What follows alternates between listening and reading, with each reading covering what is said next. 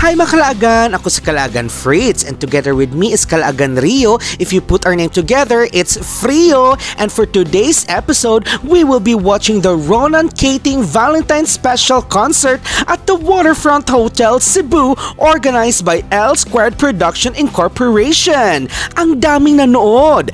The concert concluded with a high energy as fans sang along, creating a memorable experience that resonated on social media.